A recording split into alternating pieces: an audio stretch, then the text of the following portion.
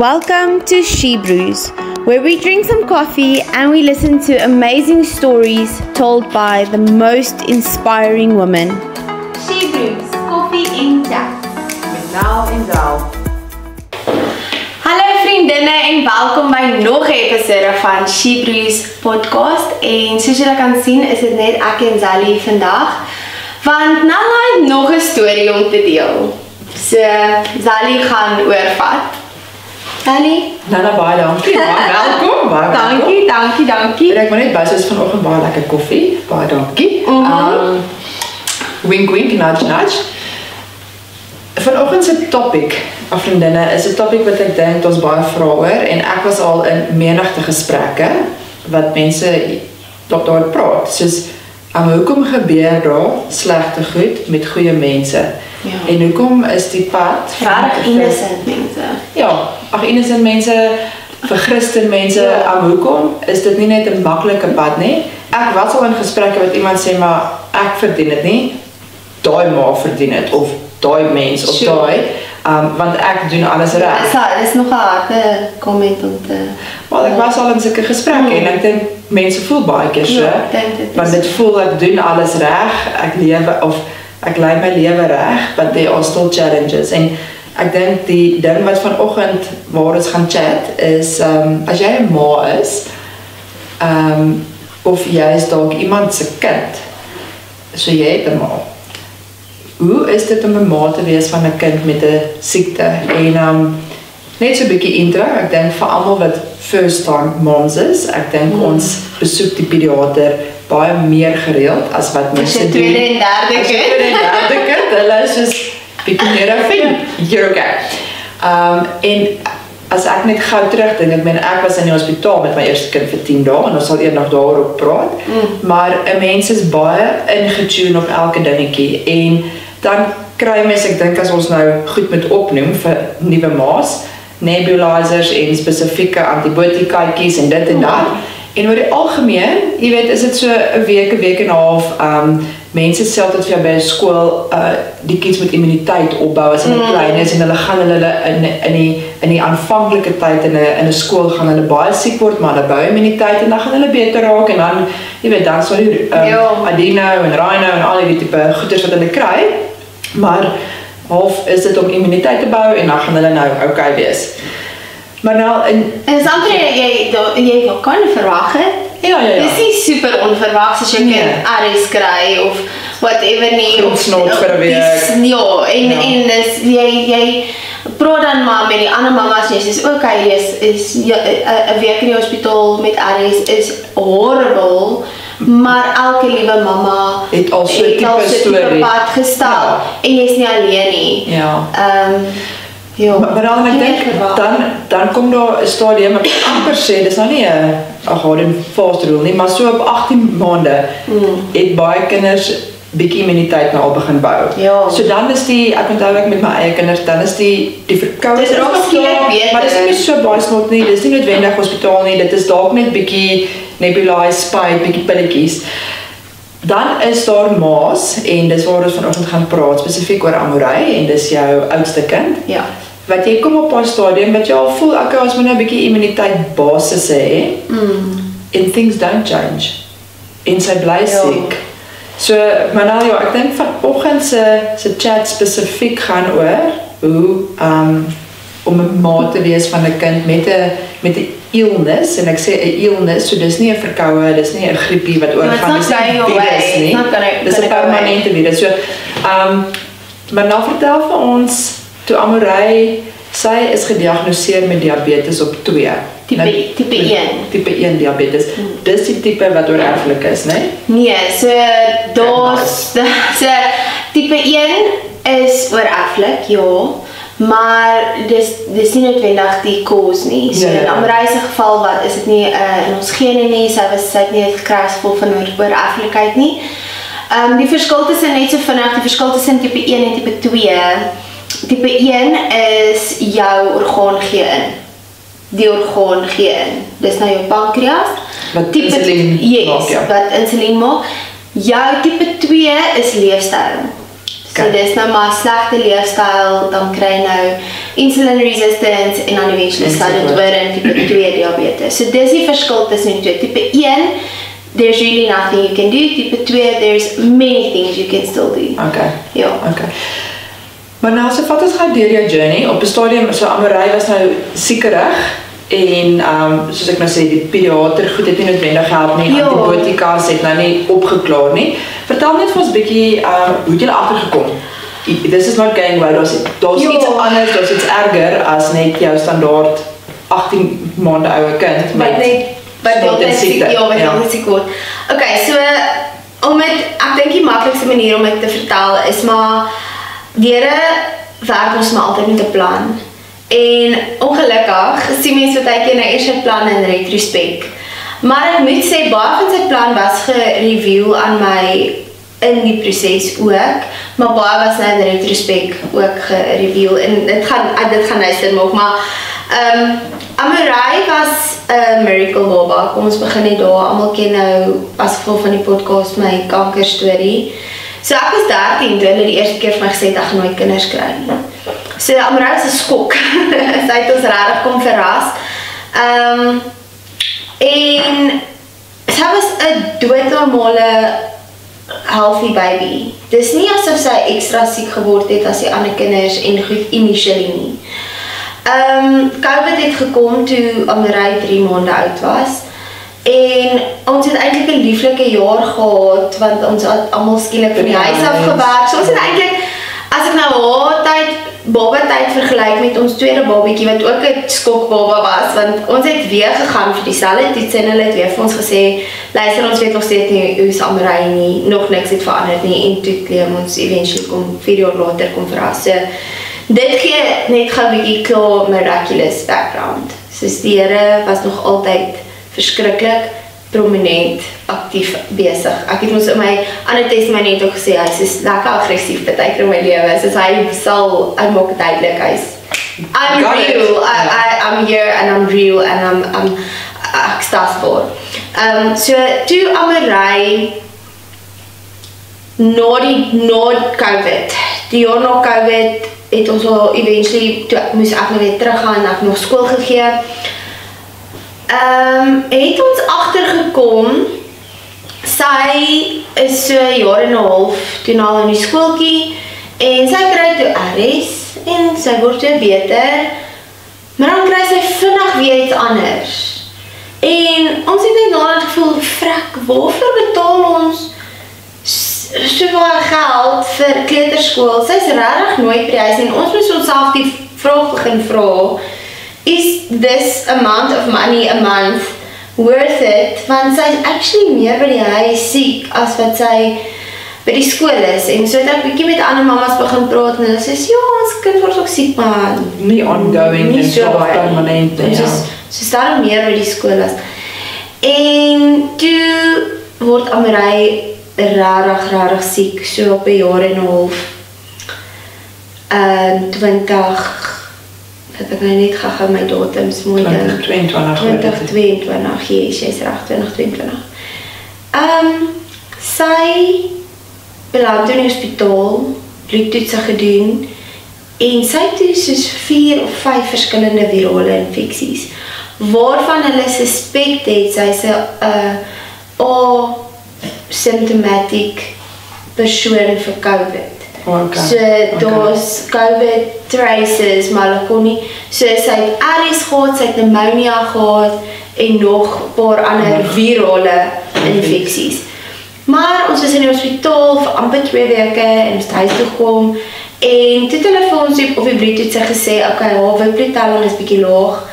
Hulle dink skool is nie nou die beste ding vir nie. So toe haal ons haar uit die skool uit. Ek werk toe nog voltyd, so skryf toe in. En byvoeg, as jou witbloed skoor bietjie laag is, dan is jou immuniteit nie great. Dan is jou immuniteit. So jy is baie vatbaar en dis hoekom ek nou sê, hou by die huis, hou dit 'n bietjie immuniteit bou. Ja, so kom ons haal haar uit die skool uit mid-year en dit was rare leap of faith, want met die skole moet jy mos 3 maande notice gee. So ons moes nog 3 maande betaal en toe die nanny betaal en oh my goodness, en my man het net sy besigheid, ons was nog baie jonk en ek my salaris, my medies kos nou meer as wat my salaris was 'n maand daai tyd net om bietjie, dit was stresvol. En toe is ek nou by die huis, 'n verskriklike oulike nanny gekry daai tyd en dit gaan beter. Maar hier einde November het sy begin gewiggies verloor, maar sy het ook begin groei. Sy misdink is maar 'n normale. Ja, en dit was daai tyd met my kanker dieselfde. Daar's altyd 'n logiese explanation vir sekere simptome. Soos, okay, sy verloor nou gewiggies op broekies, maar sy is 2 keer langer as wat sy 2 maande terug was. Ja. Okay, sy is bietjie moeg, maar okay, dis November, dis einde van die jaar. En dis warm en sy is besig. Dis super warm en ek het vir ingeskryf by gimnastiek dat sy nou nie niks doen nie, so sy pas nou aan. Ekskuus, en ja, so daar's altyd logika agter elke liewe simptoom. En toe ek wil sê dis altyd ek en my man se anniversary is die 5de Desember. Nou ek kan altyd 2 dae voor ons anniversary gewees of 2 dae na ons anniversary. Toe sy gediagnoseer was. So wat gebeur het is ek het geweet ons iets fout. Jesus en ek het begin bid. Ek het begin met die Here praat. Maar so 'n maand voor dit het ek in haar kamertjie gesit en sy het op my aan die slaap geraak en ek het net gebid. Ek het vir gesê, Here, protect my child from all the bad in the world. En ek het nou al die soos drank en drugs, ek het regtig in die toekoms in vir gebid, soos ek het net oor haar gebid. En ek het regtig gevoel in daai oomblik van gebed, hierdie gebed is elevated. Soos dit is nie daai een van daai gebede waar jy voel jy bid in die dak vas nie. Ek het regtig die Here se presence in die kamer gevoel en toe 'n maand later, toe weet ek dis iets fout met my kind. Want my kop tik al die boksies en elke liewe simptoom wat ek raak sien is dieselfde simptome as wat ek gehad het as jong meisie vir leukemie. Moeg, gewigverlies, dan jy eetlus, dan jy glad nie eetlus nie, al die simptome. Bruising, vinnige bruising, so ek het vir COVID-19 so toe ook gedefault, want jy is daar die, ja. Dus jy soos ek wel, dit is 10 en dit, want ek het dit gehad, en dit... Ja, ek het eintlik amper klaar my kop besluit. Ja, dit is dan loop ek met hierdie self-diagnosis rondom my kop, en ek sê vir niemand nie, ek sê vir my man nie, niemand nie, maar ek praat met die Here, en ek sê vir my Here, you've got to be kidding me, you're not doing this to me, you are not doing this to me, en ek fight met hom, en ons chat, en ons praat, en ek kom eendag van die werk af, en die nanny sê, she's not okay, she fell asleep on the tiles, with her hand in a little bag of knickknacks. Ag, shame. Toe sê ek soos, okay. Laai aan die kar, gaan na ons Sina Life toe. Ek sê vir die dokter, hierdie is my mediese agtergrond, maar in die wagkamer het sy begin weer asemhaal. En die Here se timing is so mooi, want dit nie by die huis begin nie. Dit het in die dokter se wagkamer begin. Toe begin sy weer asemhaal, wat ek nou weet was hyperventilasie, maar ek het nie geweet nie. Gaan in die dokterkamer in, ek sê dadelik vir die dokter, hierdie was my simptome, dis haar simptome, ja, en ek dink is dit. Ja, en dis die dokter soos, ek ook. Maar kom ons maak seker. Okay. En ek noem toe een simptoom, en ek sê vir die enigste simptoom wat nie 'n laai nie, is sy hierdie verskriklike massas wat sy piepie. Soos doeke en doeke en doeke, so 7 doeke 'n aand, so piepie. Toe ek het sê, toe sien ek hoe gaan haar lig in hierdie dokter se oë aan, en sy gryp 'n masjienkie en sy prik my kind se vinger, dis Amreise suiker 32. Ja. Dit moet 6 wees. Ek het dit net. En sy sê vir my, luister mamma, jou kind is besig om in 'n koma aan te gaan.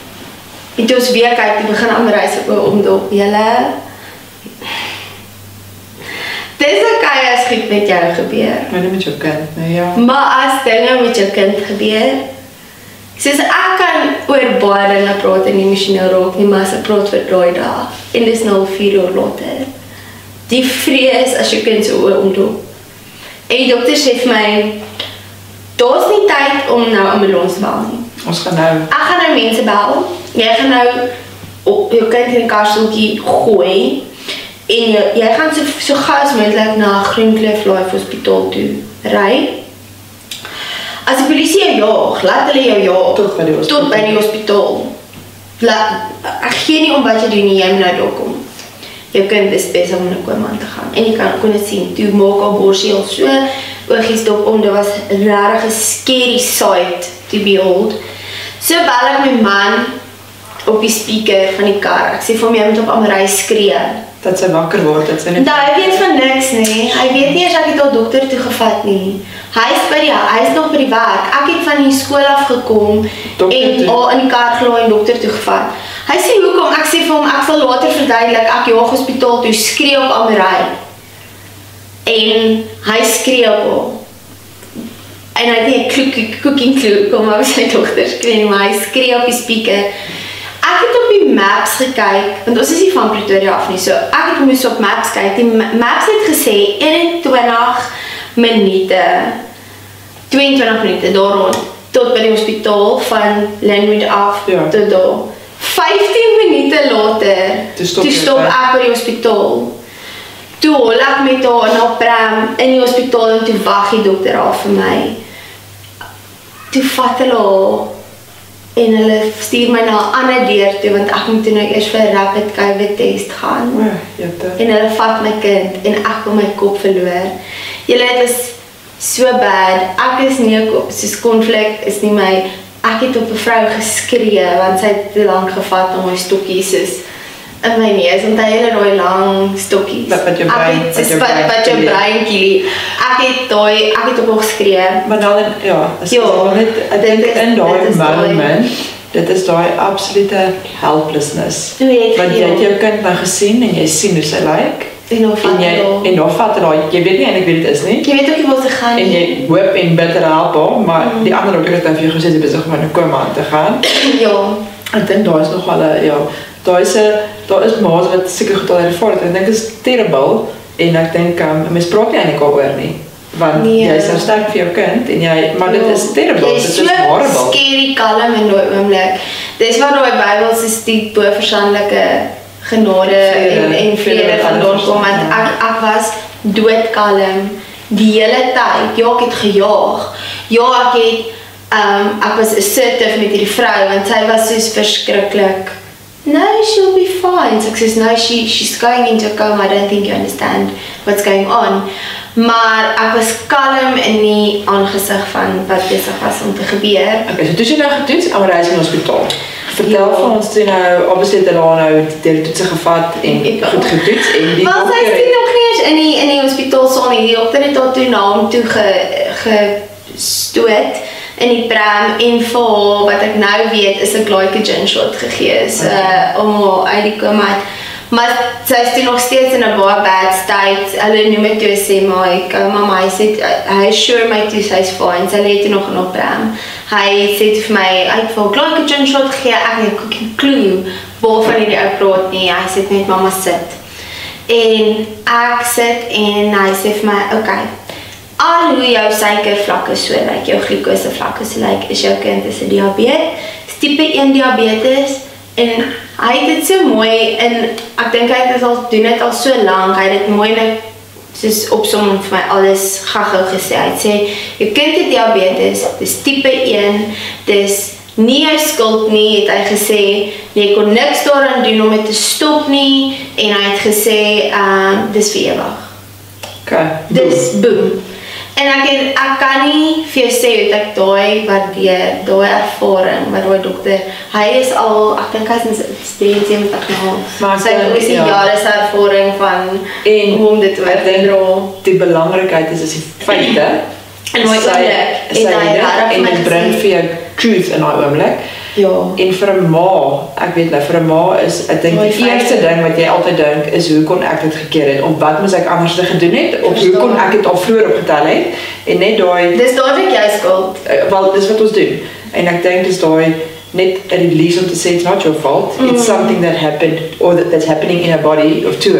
Dis nie omdat jy vir te veel arbeid gegee het gister, jy weet. Ja. So toe begin ek lag. So Dr. van Dijk spot my nou nog elke 3 maande as ons vir hom gaan kuier. Hy sê vir my ek sal jou nooit vergeet nie, want het gelag. Wie lag? Toe verduidelik ek later vir hom, sê ek vir hom, ek het gedink my kind het leukemie. Ja. En in daai oomblik was dit vir my 'n baie goeie beter as leukemie, verseker. Ek het nie kans gesien vir chemo om my kind te sien deur chemo gaan nie. Ek het nie kans gesien vir dit nie. En omdat ek niks knowledge gehad het van diabetes nie, was enige ander iets was beter. Okay, maar ja, toe is ons in die hospitaal. Dit was terrible want dit was nog COVID, so papa kon nie kom kuier het nie.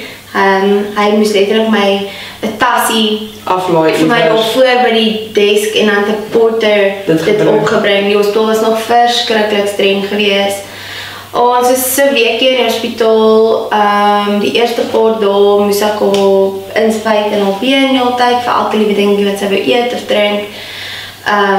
Medies goed uitsort en dis ons nou die dag wat ons uit die hospitaal gaan het, dank die Here, het ons insulienpompie aangekom, het hulle vir my soos 'n vinnige crash course gegee en dit. Maar in die hospitaal het ek baie, en hierdie is nou wat jy nou nog sê het van mamas met siek kinders. Hierdie is meer dalk vir die mense wat ondersteun. Ek het nogal baie oproepe gekry van familie en vriende wat probeer help in die oomblik, maar eintlik net die situasie bietjie erger maak. So iets wat dis dalk met my opinie, maar iets wat nogal baie mense vir my gesê het is, hoi, wat gaan aan? En dan sê nou vir hulle die most horrible Denise, jou kind gaan vir ewig 'n naalde in haar lyf moet hê. En so hulle sê, nee mam, moenie worry nie, jy kan dit manage met 'n goeie dieet. Dan dink hulle nou tipe 2 diabetes, dus dan praat hulle uit unknowledgeable plekke uit. En die ander ding wat ek baie van gehoor het is, nee, ons gaan ek het klopwoord gekry, soos Jesus gaan haar volkome genees. Ek is nog nie, jy is nog nie as mamma daar nie. Jy proses nou eers soos nie dat ek nie glo in woord kry of in genesing nie. Ek meen, hier sit ek as gevolg van Jesus se genesing, maar net die feit dat you're not there yet. Jy het nou net, jy grieve nog die feit dat jou dogtertjie 'n weergawe van haar lewe verloor. Ja, dit gaan anders te wees as almal om. Your normal is now going to have to be a different normal. And you're still grieving loss of the other normal. Ja, die normalsie, ja. Maar nou, ek dink dit is so 'n raakpunt, né? Daar is en 'n mens kan dit half apply met verskillende, of dit nou diabetes of jy weet wat die spektrum van wat even daai ding se naam is, autisme, diabetes, dit. Wat sal jy omdat jy self van 'n situasie was, ek glo mense se intention is altyd goed, né? Maar nou probeer mense jou opbeer of hulle probeer. As jy nou vandag 'n vriendin het wat hospitaal toe gaan en sy kry devastating nuus, wat sal jy vir haar wil sê? So as jy 'n vriendin is of ma of ouma of wat ook al en jy het 'n vriendin, wat is beter om te sê as moenie worry nie? Ja. Wat is beter? Is dit net wil jy in daai oomblik net hoor ons dink aan jou? Ja. Wat sou jou in daai oomblik gecomfort het? Ek noem dit altyd practical Christianity. Nommer 1, die Bybel praat van, jy weet, sit te wag vir jou mond. So as jy nie kennis het oor iets nie, moenie daaroor praat nie. So maybe a quick Google search, net so vinnig, voor jy praat oor ietsie. Maar die ander ding is wat ek sou baie graag wou hê, is, hi Nala, kan ek vir difkos vat? Ja. Sis, hi Nala, hier is 'n week se lasagnas. Ja. kos maak my nie nou 'n issue wees of eers 'n topic in jou huis wees nie. Ja. Hey Nala, ek het aan jou gedink vandag, was by Pleithou, kan ek vir jou koffie bring? Ek weet jy, wanneer ons jy geëet, girl? Of, ja, ek sal sê practical Christianity, soos serving. Ja. Serve jou vriendinne of jou mense in daai oomblik, because at die oomblik waar die diagnose gemaak word, is dit asof die vyand kom. Hulle sê mos altyd jou koppie is vol of leeg. Die vyand kom en hy breek jou koppie. Ja, so hy loop dit uit. So daar's nie van jy is leeg nie, daar's dus jou koppie hou nie iets in, hy kan nie nou iets hou nie. So dan, wat ek van hou om te doen as mense slegte nuus kry, ek hou daarvan om dan opsies te gee van wat kan ek doen? Wat kan ek vir jou voorneem? Aandete te bring, kan ek vir jou 'n kombers bring? Ja. Koop jy maar 'n koffie? Ek weet niks van jou. So, kom ons sê dis 'n similar situasie, dan maak ek asof ek niks van die situasie weet nie. Wat kan ek XYZ doen om jou te serve in jou lading? 'n bietjie aftaal. Bietjie van jou skouers aftaal, want kos maak op daai oomblik. Ja. Of my man sit nou al vir 4 dae by die huis. Hy weet eintlik nog steeds nie wat aangaan nie. Hy weet nou diabetes en hy gaan nou op 'n Google Rapid All af. Ja. Maar eet hy. Ja. Want ek doen nie. Ja. So hy doen seker ook nie. En weet jy nou die kapasiteit om daar te dink? Nee, so ek dink dit is baie goeie advies, hè. Ek dink soos baie mense het gebel, but no one really daar was obviously paar en dank Jesus vir dit. But no one really like physically showed up. Maar ek dink ook dalk is dit 10-1 ook nie omdat hulle nie wou nie, maar hulle het nie mense weet nie eintlik wat om te doen. Hulle wil nie overstep nie. Ja, maar ek dink dit is so. En ek dink dis hoekom dit so belangrik is om te sê prakties en gaan doen. Jy overstep nie, jy serve. Ja, dis mooi. Dis ja. Jy overstep nie, jy serve. En jy hoef nie lank soos laai die lasagne af en ry. En ek dink 'n praktiese ding is jy hoef nie betrokke te raak by die diagnose nie. Nee. Ek hoef nie nou vir jou te kom sê maar wat sê dokter? Nee. Bla oor die toekomstige. Nee. Ons praat hieroor nie. Hier's goed wat aangaan. Kom ek help jou daarmee. Dis iets wat jy en jou gesin en jou man en die dokters uitsorteer of moet aangewoond raak. So baie nice. Maar nou iets wat ek dan aan wil raak ook is, okay, so julle is nou, of sy is gediagnoseer, massive skok, dan ek dink as 'n ouer en 'n ma, begin jy dadelik, okay, wat is die planne? Jy weet, hoe gaan ons nou hierdie manage, hoe gaan ons dit vir my kind so easy as possible maak? Ek wil amper vir jou vra, Amorey is nou 4. 6. Ja, 6, my fout, my bad. Okay, Amorey is nou 6. 6, ja. So, 4 jaar na die diagnose. En jy en Dev moet naalde in haar lyfietjie inkry en insulien kry. Jy moet julle kos aangepas het, jy moet julle huis aanpas, jy moet sorg dat daar backups is vir glikose. So daar's 'n massive lifestyle en klein huisie vol veranderinge. As jy nou vandag terugkyk, so Amorey het nog steeds diabetes. Ja. Sy is op insulien permanent. Wat is die goed as jy nou 4 jaar se journey al kan stap en net vir ons 'n bietjie vertel, wat is die goed wat jy agtergekom het? Daar's 'n klomp mense wat ek dink sal sê maar hoekom het God haar nie kom genees nie? Daar's mense wat sal sê dalk het jy iets gedoen, dalk het jy nie. Wat is die goed wat jy in die journey oor vriende, oor God se goedheid, oor God se karakter en dan ook om saam te lewe met 'n disease of illness? Is daar life after diagnose? 100%, definitief. Om my eerste vraag te beantwoord, hoekom het Jesus nie, jy weet. Ek was in die hospitaal nog met haar, in die eerste aand wat ek myself toegelaat het, dat alles insink, was so die 3de aand, het ek nou al 3 dae Salagene aan, en ek sê vir hulle, ek kan nog net stort, en alle badkamers for some reason was toegemaak, tydens COVID. Die gaste, toe het hulle my laat stort in so weer soos stort wat eintlik vir mense in 'n rolstoel is. Met so lang pyp en ek het net toe gedoen wat ek kan en ek sit langs op bed en ek onthou so duidelik, maar is sopnat, maar niks het my geplan nie. Ek het net so ek het so gaan sit op die opgekrul op die blou hospitaalstoel gaan sit en ek het gesê, ek het begin huil en ek kon sê, hoekom? How could you do this? How could you do this to us? En onthou ek het vir gesê, 'n maand voor die diagnose het ek vol gebid. Nou, iets in my eie lewe, ek het 'n tattoo op my arm wat sê discipline. En ja, almal het altyd gedink dit het iets gedoen met die onderwys, toe ek nog in die onderwys was, dit doen nie.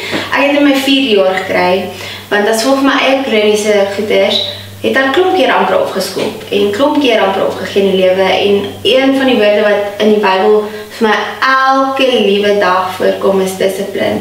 Hoe moet jy obedience, hoe moet jy faithful bly, obedience, hoe moet jy weet, dit vat dissipline om 'n verhouding te leer, dit vat dissipline om 'n huwelik te maak werk, dit vat dissipline om, so, toe het ek die woord gekry op my arm en daai aand sit ek en ek is kwaad en ek sê, hoe kan jy hierdie aan ons doen, Here? En hy sê, en ek wil nie sê, ek het nie 'n stem, fisiese stem gehoor nie, maar weet nie of jy al ooit ervaar het so, dis nie uit jou kop uit nie, dis nie, as dit nou vreemd klink, maar jy weet dis nie net jou kop wat dit uitdink nie, en die ander het so op my geland, en so ingesak, en die Here het my gesê, jy het my gevra om to protect, you didn't tell me how. Nou in my eie lewe, iets wat kroniese siekte vir my doen, it's a humbling thing. En dit maak jou elke liewe dag afhanklik van die Here. Kroniese siekte het vir my hel gegee, maar het ook my geshape in die mens wie ek is vandag. So my natural personality is nogal rebels en ek was in die musiekindustrie en dis 'n donker industrie baie keer en ek dink, ek weet nie of ek soos 'n godvreesende vrou sou wees as ek soos 100% energie gehad het nie, of as ek nie gereeld herinner was dat I'm just a girl. Jy weet, ek word gereeld herinner deur siekte. En toe die Here dit vir my sê, van, you told me to protect her from the world. You didn't tell me how. Die rustigheid en acceptance wat in my hart ingeplam het, was crazy. En ek wil net daar gou 'n ding sê, nee, wat ek ook al baie gehoor het in gesprekke, is, ek is 'n Christen, my man is 'n Christen, ons gesin is Christene, my ma is Christene, hoekom gebeur bad goed met ons? Ja. En ek dink dit is net so belangrik om terug te gaan, daar's nêrens in die Bybel wat dit sê, omdat jy Jesus gekies het, is jy vrygeskeld. Die Bybel sê eintlik, you will be prosecuted, ja, of die teendeel for your faith. Ja. En ek sê 'n lekker vers om te lees nie. Nee, en ek dink dit is 'n vers wat ons baie keer as hy laai die stukkie bo en die stukkie onder hom, ja, maar ek dink, as jy 'n verhouding het met Jesus en met God, dan face mens dit, en jy kan dit saam met hom doen. Ja. En ek dink nou aan 'n vriendin van my spesifiek, met wie ek vanoggend gechat het, sy het haar kind, in hierdie jaar, het sy haar kind moes begrawe. En haar dogtertjie is dood aan leukemie, en sy moes haar begrawe. En as ek met haar praat, sy het nie God se hand gelos nie. Ja. En ek dink dis die maklikste ding, is 'n mens wil ons default is, I want someone to blame. If it's not me, then who? Of as, jy weet, maar iemand moet verantwoordelik wees. Iemand moet verantwoordelik uitvat vir die pyn, wat ek ervaar, ja. En ek dink ook, ek weet nie altyd hoe mense dit doen nie, as ek dink aan my vriendin, dis daai oomblikke wat jy met hardloop na God toe. Daai oomblikke in jou gebrokenheid en in jou vrae en in jou question en in jou alles. Dis dan wanneer jy nie moet weghardloop nie, wanneer jy na God toe moet hardloop. En hy kan deel met ons anger en hy kan deel met ons vrae en hy kan deel met ons questions. Maar moenie weghardloop nie. En ek dink ook dis dan belangrik om in fellowship in te tree met die regte mense wat regtig vir jou gaan intercede vir wanneer jy nie kan nie. Want daar gaan daar wees wat jy nie kan nie. Wat jy, soos ek sê, jou koppie, die vyand het gekom, jou koppie nou gebreek. Hy tap nie net leeg nie, it's a broken cup. Nou is Jesus weer besig om met Gorilla Glue stukkie vir stukkie aan mekaar te plak, sodat jou koppie eendag weer kan vol wees. So hy gaan weer eendag vol word. Ja. Dis net, ek het in die week op my hart gekry wat ek met my kliënte gedeel het. Ek het vir hulle gesê, you have survived the trauma. What makes you think you're not strong enough to survive the healing? Sure, dis mooi. Want die healing is net so moeilik. Ja. Dis ook 'n tawwe pad. Die trauma is horrible, maar die healing is net so moeilike pad. Maar as jy nie toelaat vir healing nie, is die uitkoms bad. Ja. Want dan operate jy uit brokenness uit. Dis wanneer jy dink het gaan van Jesus laat gaan nooit jou nie. Maar wat jy hom laat maar gaan. wat jy jouself isolate en wat jy so jou rug op hom draai in plaas van toe by sy voete te gaan sit. Ja. Okay. Dan sê gou vir my nee, as jy nou na Amorey kyk en jy vergelyk hom met ander dogtertjies wat ook 6 is. Wat is die goed wat jy kan sien in haar karaktertjie of in haar lewe wat jy kan sien? Is sulke pegs wat daar is en dis dit as gevolg van haar diagnose.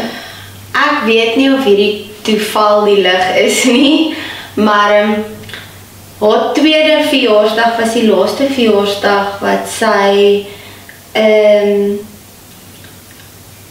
haar derde verjaarsdag was die laaste verjaarsdag wat sy wat ek 'n tema obviously vir gekies het. En toe word sy nou 'n bietjie groter, toe wil sy nou self, jy weet mos as hulle begin self kies, ek self.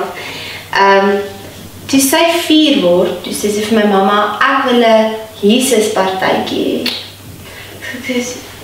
Wil jy weet wat sy scary goed kry in die internet as jy intik Jesus theme party, it's quite intense. Ja. Don't do it. Okay.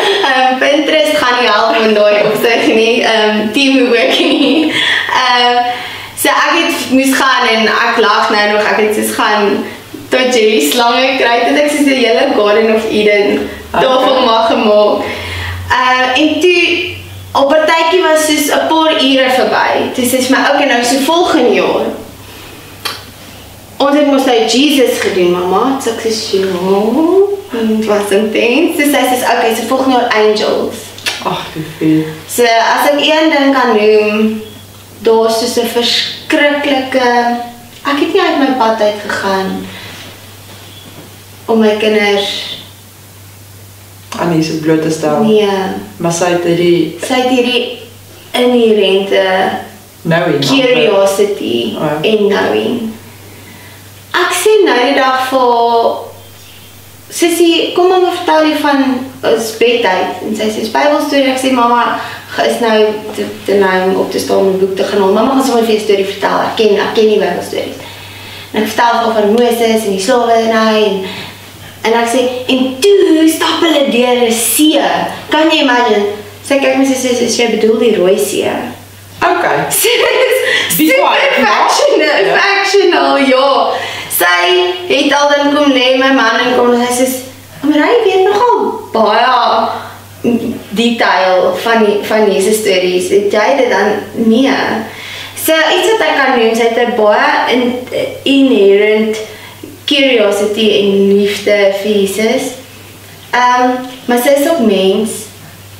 So daar is daar baie daar wees, wat sy sê, iets sal gebeur, 'n maatjie sal iets kry wat sy nie kan kry in daai oomblik nie. So, ons restrict daar nie. Die dokter was ook baie duidelik met dit, soos, want dit create ander issues later in die lewe vir albei tienerdogtertjies. Okay. So hierdie dokter is regtig amazing. Hy het van die begin af ons sê julle is restrict daar nie. Sy moet self leer wat se kosse laat haar gaga voel nie. En hy sê sy gaan nie dit nou leer nie, maar hier teen 11, 12 gaan sy begin. Presies weer. Ja. Maar tot en met dan al wat ons kan doen is, as ons suiker hoog is, ons sê, okay, jy kan nie nou hierdie cakepop eet nie, wat die skool gegee het. Maar vat hom huis toe. Maar vat hom huis toe, ons heiliglik 'n cakepop, wat nou 2 dae daar lê, want haar suiker was nog net nie op 'n plek waar ek het kon gee nie. Dan sal sy kom en sal sy sê, ek wens ek was nie 'n debeet nie. Sorry. Dan daai aand drink ek baie keer 'n glosie by, want dit is dan vir jou hele hart breek. Jou hele hart breek vir jou kind. Verjaarsdag, ek kom doodmoeg van kinderpartytjies af. Want jy check. My hele dag gaan oor kos. Ja. My hele dag gaan oor kos. Elke dag gaan oor kos. Maar by kinderpartytjies is dit net soos elevated, ja. Ja, erg. So, daar's definitief soos 'n presence, 'n Jesus presence in haar hartjie geplant wat ek nie daar geplant het nie. Ja, ons gaan kerk toe. Ja, ons leef 'n general Christian life, maar ek het niks uit my pad uit gegaan om te gaan plant en my kind, jy's nou diabetes, nou moet ek Bible bash, jy weet, ek het niks. En dalk is dit die antwoord op jou gebed. Wat God, wat jy vra om te beskerm. 100%, want ek het nie daai geplant nie.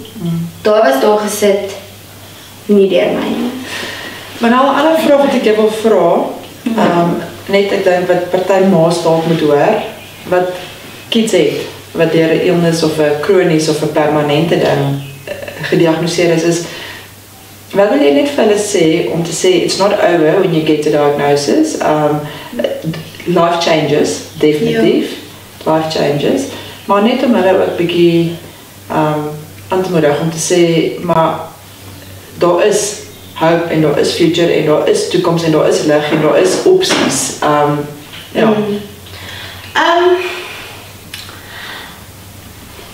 Life doesn't end at diagnosis, because ek het nou dag in die toe ek geoefen het, toe luister ek 'n liedjie wat sê, if you're not dead, you're not done. So dit was soos 'n Christian rock band tipe liedjie, en die liedjie, die chorus line het gesê, if you're not dead, you're not done. En ek kan nie vir jou sê, as dit kom by diagnose, hoe waar dit is nie. The diagnosis is not the end of your road. It's just the beginning of your testimony. Dis die begin van God se plan vir jou. En as hy jou toelaat om in die oggend wakker te word, with breath in your lungs, then you are not done. Then you have a beautifully crafted purpose that still needs to be played out. En as jy net toelaat en lank genoeg by Jesus se voete gaan sit, gaan hy dit vir jou reveal. Ja. Maar nou, en 'n ma wat nou sit, wil ek sê, in die trenches, en sê, maar, dit is nie fair nie, I don't know, ek sien nie kans nie, wat wil jy vir haar sê? Wat wil jy vir haar sê? As sy dalk is op die pad en sy is net regtig bietjie hard voel. 'n bad dag gehad of 'n bad week. Wat wil jy vir haar sê om haar te bemoedig en te encourage? Ek wil begin deur te sê dis okay. Jy mag so voel. Ja. So ek het die op my notatjies net geskryf. Wat was dit nou? The first 3 months of darkness and chaos. Ek het vir die eerste 3 maande, vriendin, ek kan niks onthou nie. Ek onthou sulke flashes waar ek soos nog nou doen ek dit al so vinnig, maar dan sit ek op pompie in. Nou dis 'n naaltjie en dan sit nog 'n naaltjie en naalde maak seer en dan vir 'n kleintjie dan onthou ek sulke flashes waar ek soos moet hoe sy skree en ek moet haar vasdruk en ek moet verduidelik en ek fumble nog met die pleisters. Nou doen ek nie meer nie, maar dis 4 jaar later. Daai eerste 3 maande en toe kom my guilt. Maak nie saak wat die dokter gesê het nie, daai guilt van ons het al te vroeg in die kleuterskool gesit. So die rede vir Amorei se diabetes in haar geval is nie geneties nie. Haar pankreas het ingegee want toe sy nou daai klomp virusse gekry het.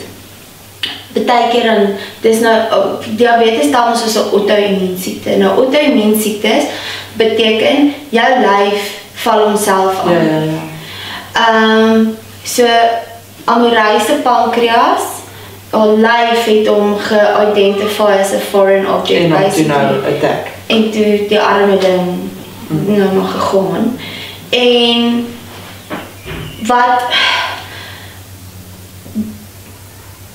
toe met my gebeur het is en met my man is baie guilt. Ag, en jy kry soveel redes hoekom jy met guilty voel. Soos ons het al te vroeg in die skool gesit. Ons het te lank gevat om te reageer op die konstante siek word. Ek het te laat met die ander mamas te begin praat. Dis en daar is net die enemy wat condemn. En vir 3 maande was dit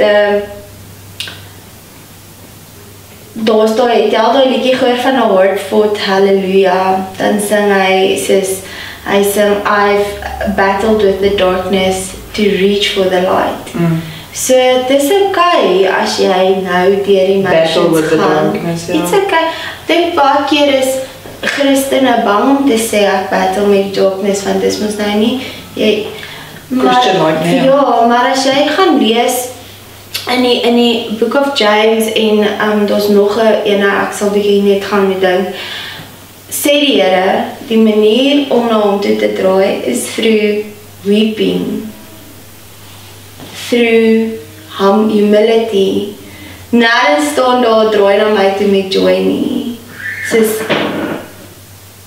die Here wil hê jy moet by sy voete kom sit en weep.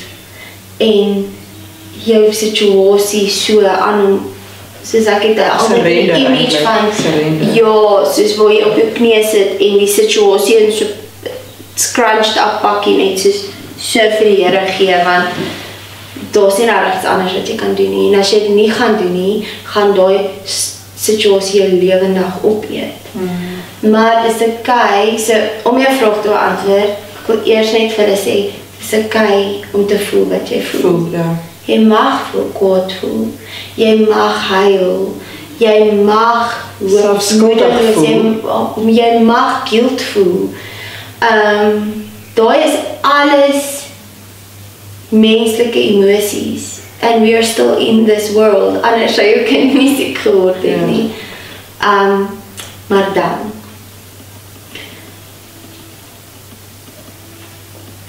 in jou guilt, in jou weeping, in jou kwaad het jy 'n crossroad.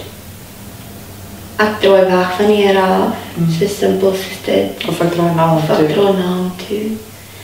En ek kan jou beloof om weg te draai is so nie die antwoord nie. Want wat is daar dan? En dan is daar waar nou jy dan vas? Ja. If you are not turning towards the hope, then what are you turning to? Hopelessness. So, vir my was dit crossroads na 3 maande se regtig nie cope nie. Nou gee ek oor en ek duik en ek dive in Jesus in. En ek het nou dieselfde tyd soos weer die worship team, nou ek dink 7 jaar gejoin. Ek het fellowship begin seek. Ek het die mama groep gejoin, baie broken by haar skooltjie los. So toe, sy was eers 4, want ons het toe nou sy nou siek word, het ons al homeschool vir 2 jaar, want saam met dit was daar nog steeds die immuun-issue, wat nog steeds dieselfde was. So ons moes eers haar immuunstelsel ook onder beheer kry, en dit het toe baie mooi regkom. Sy word nou 3 dae siek en die res van ons is 3 weke siek. Ons immuunstelsel is nou sterker as ons almal se niks 2, want sy, Amen. ja, nee, sy kyk ons ergens as dit kom by verkoues.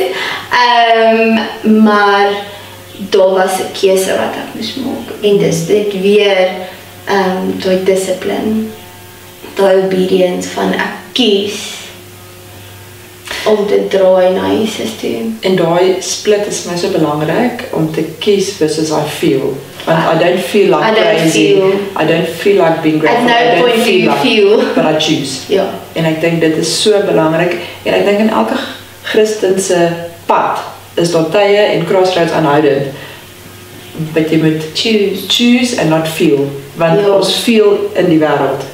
We feel, and I feel like it's unfair, and I feel like it's not, maar wat choose jy? Exactly. En as jy altyd gaan choose what is the truth and the light, dan, net so.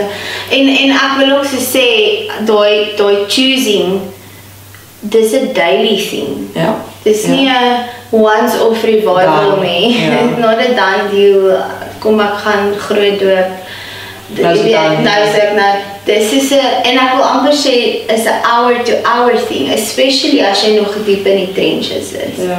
Want ek nou op 'n punt waar ek kan wakker word in die oggend en ons het nou niks geslaap gisterand nie, want ons suiker het heeltyd hoog gegaan, wat beteken haar pompie skree altyd op ons, wat beteken nie slaap nie. Ja. En omdat ons suiker laag gaan, slaap jy nog minder, want dan dis gevaarlik. So daar word jy op die oggend wakker, jy het die hele dag wat vir jou lê, vol verantwoordelikhede, vol commitments, vol kinders, en jy moet, dis nou vir my makliker om in die oggend wakker te word, en my eerste thought is, God, I choose you, want I don't feel it. A lot of things, but I choose. I feel exhausted, maar I choose you.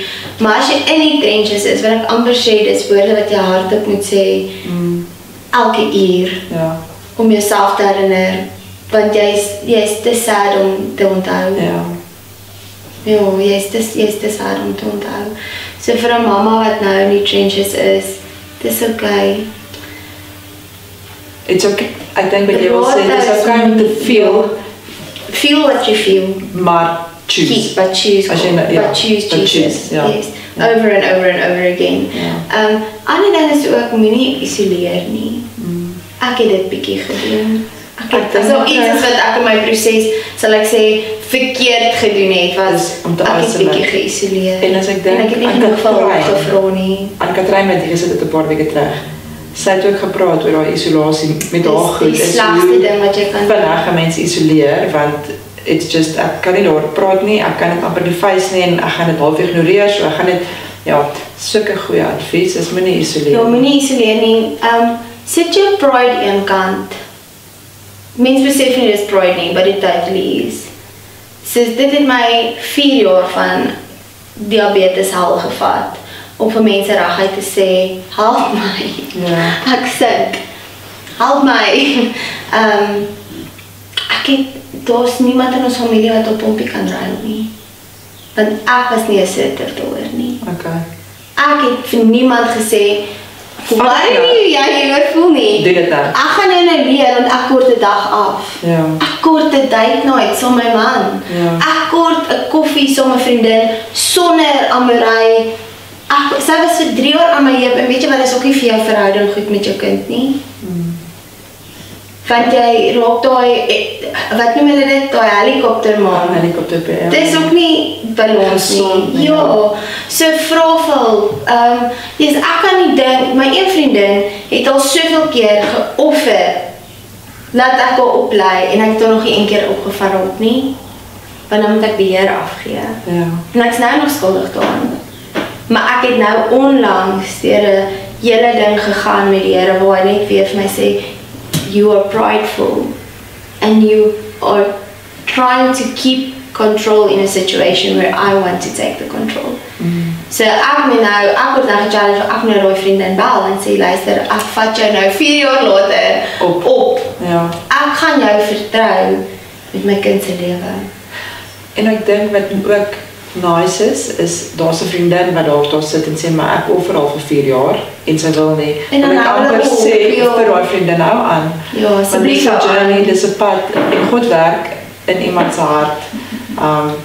So hou aan, maar nog 'n dag kom waar daai vriendin vir jou sê asseblief hier's my aan. 4 jaar 5 jaar later, hoi, ek is gereed om te admit ek sink. Asseblief. Ek kan nie meer skop nie. Ja. Gooi gaan rooi flouties. 'n ander ding is ook wat jy nou net gesê het, wat ek nou net onthou het, nou moet ek net gou mooi dink. Is ja, so net op wat jy gesê het van die vriendin wat moet aanhou. Iets wat ek net wil reiterate is, onthou daai koppie wat ek gesê het, Jesus, hy is nou gebreek, nee, nou sit Jesus om stukkie vir stukkie weer aan mekaar. Dit vat tyd. En mense raak vinnig gefrustreerd met kroniese siekte, met illness. Dit is nou normaal topic of the day, met illness. Hulle mindset is by soos tipies verkoues en goed. Dit moet mos nou al beter gaan. Dit moet mos nou al verby wees. Maar hierdie is ons lewe. Dit gaan nie af-switch nie. There's no off-switch. There's only treatment. So ek gaan dalk oor 10 jaar gaan my testimony weer heeltemal anders klink, want ek deur die tienerjare met hom gaan. Ja. And I've heard many scary things about a normal teenager mom.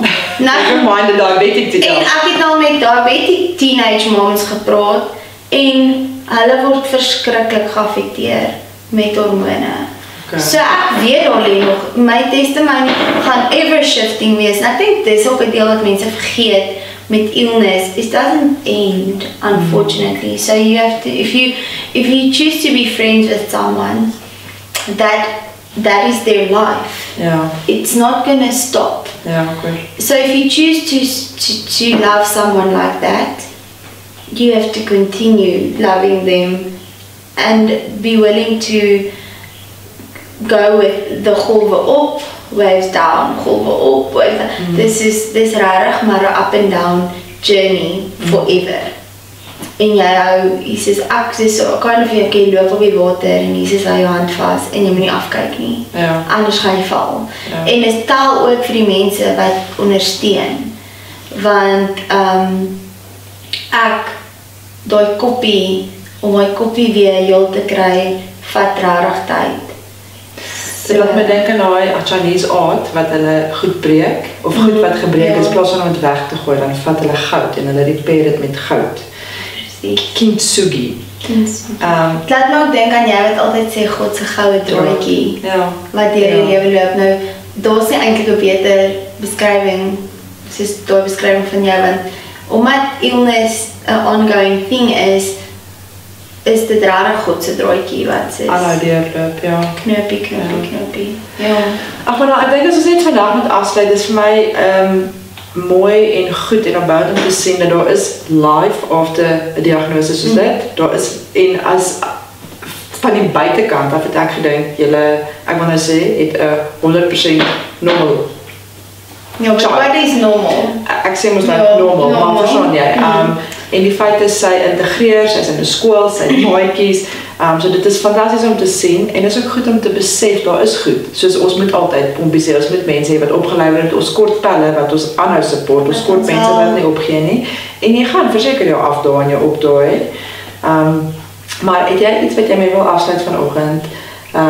Vir iemand wat in die trenches is of uit die trenches uit is? Ja. Daar is mense wat aan die ander kant sit wat nie meer 'n kind het nie as gevolg van 'n diagnosis.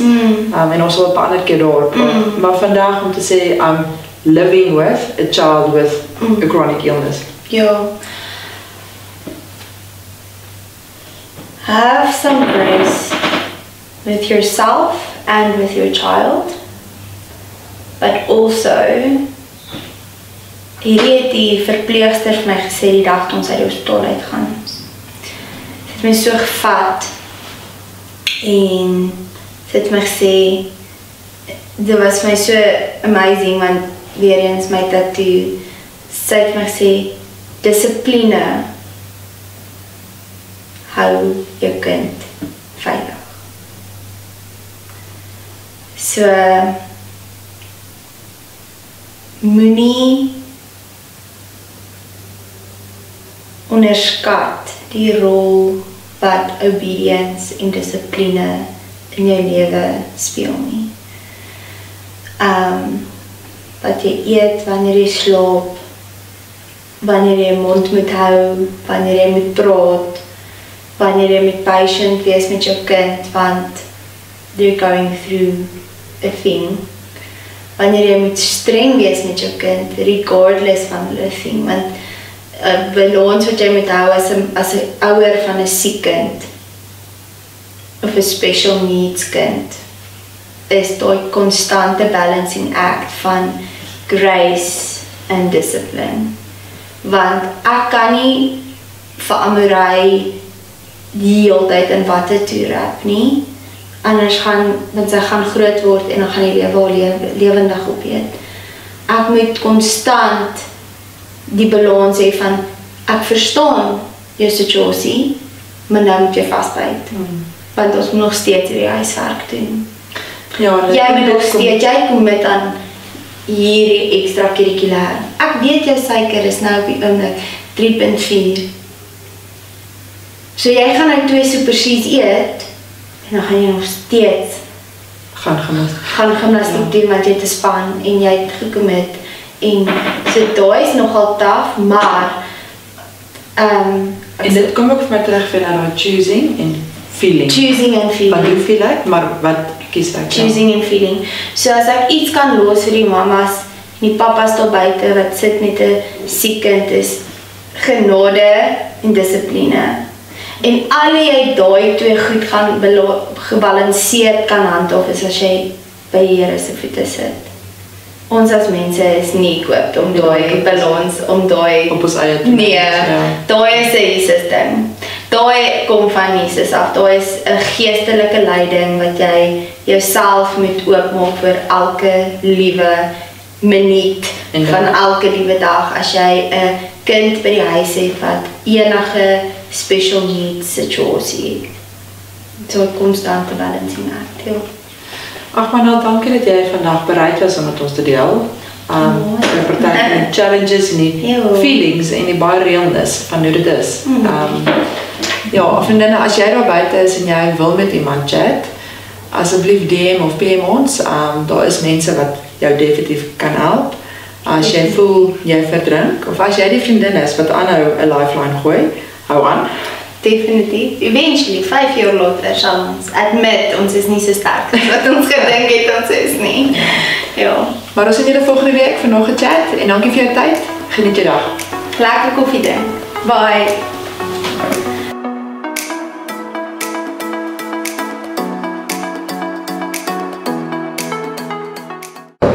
Baie dankie vir die koffie. Dit was great om jou te sien. Sien julle volgende week.